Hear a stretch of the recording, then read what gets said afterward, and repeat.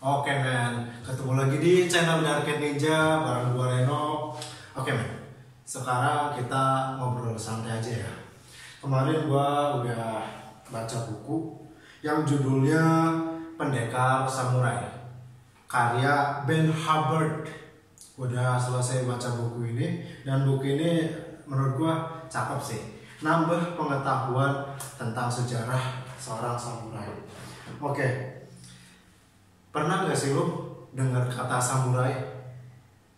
Coba bayangin kalau ada kata samurai yang di pikiran kita apa coba? Ya, sebagian besar itu orang berpikiran itu pedang. Bener gak?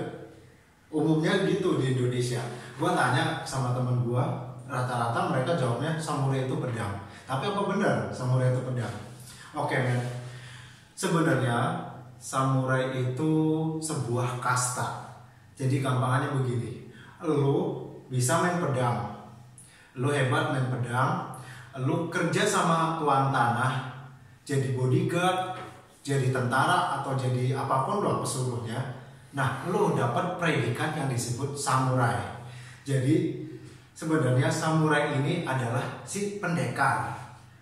Nah, kok bisa disebut kasta? Jadi begini ceritanya. Kalau lu bisa main pedang, tapi lu nggak kerja ke tuan tanah ataupun daimyo kalau di Jepang, lu bukan disebut samurai. Lu bisa disebut ahli pedang aja gitu. Nah, ada juga nih yang disebut Ronin. Pernah nonton film 47 Ronin? Nah, jadi gini, apa sih bedanya Ronin sama samurai? Samurai jelas tadi dia kerja sama orang. Kalau Ronin dia itu lebih ke pengembara. Dia nggak kerja sama orang lain. Dia hidup mengembara dari desa ke desa, kota ke kota, daerah ke daerah, dengan tujuan ya mungkin ada yang tujuan ngasah skill, ada yang bertujuan mungkin cari jati diri ataupun apa. Intinya Ronin itu adalah samurai yang tidak bertuan. Oke, jadi udah paham ya sampai sini soal samurai. Nah, pedang yang dipakai samurai baru disebut katana. Nah, pedang katana tuh yang panjang sekitar 1 meter atau 100 cm sampai 110 cm yang bentuknya tuh bilangnya agak lengkung. Pada paham kan ya kalau pedang begitu. Ada juga nih yang agak pendekan sekitar 60 sampai 70 cm. Itu namanya wakizashi. Nah, wakizashi ini ibarat kata pelengkap dari katana. Jadi kalau samurai ini mau perang ataupun mau jaga-jaga, biasanya dia bawa katana di pinggang kiri, terus di bawahnya wakizashi atau dibarengin gitu. Terus ada juga nih yang bentuknya pendek, namanya tanto. Seginian nih mungkin, atau mungkin segini dikit lah. Ini lebih spesifikasinya ke kayak pisau gitu. Biasanya nih samurai yang kalah perang, dia kalah perang kan apa tuh ada yang namanya bushido atau jalan pendekar gitu. Jalan ninjaku ya.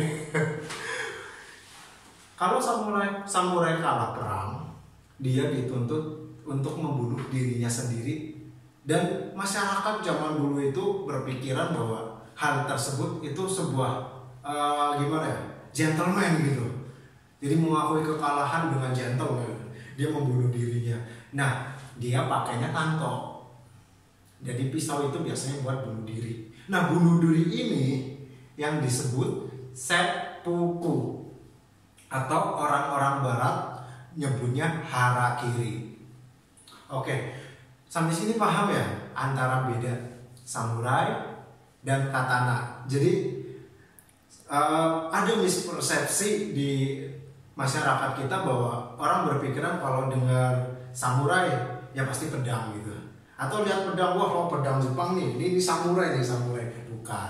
Jadi samurai itu orangnya, katana itu pedangnya. Oke, paling segitu aja sih obrolan kita. Moga aja kita bisa ngobrol di waktu yang lain gitu. Dan kalau lu penasaran kenapa gua ngevlognya sendiri, nggak sama Toto gitu, karena Toto lagi pergi ke barat mencari kitab suci. Oke. Udah cukup sekian. Terima kasih udah nonton video gua. Jangan lupa subscribe ya. Oke, dadah.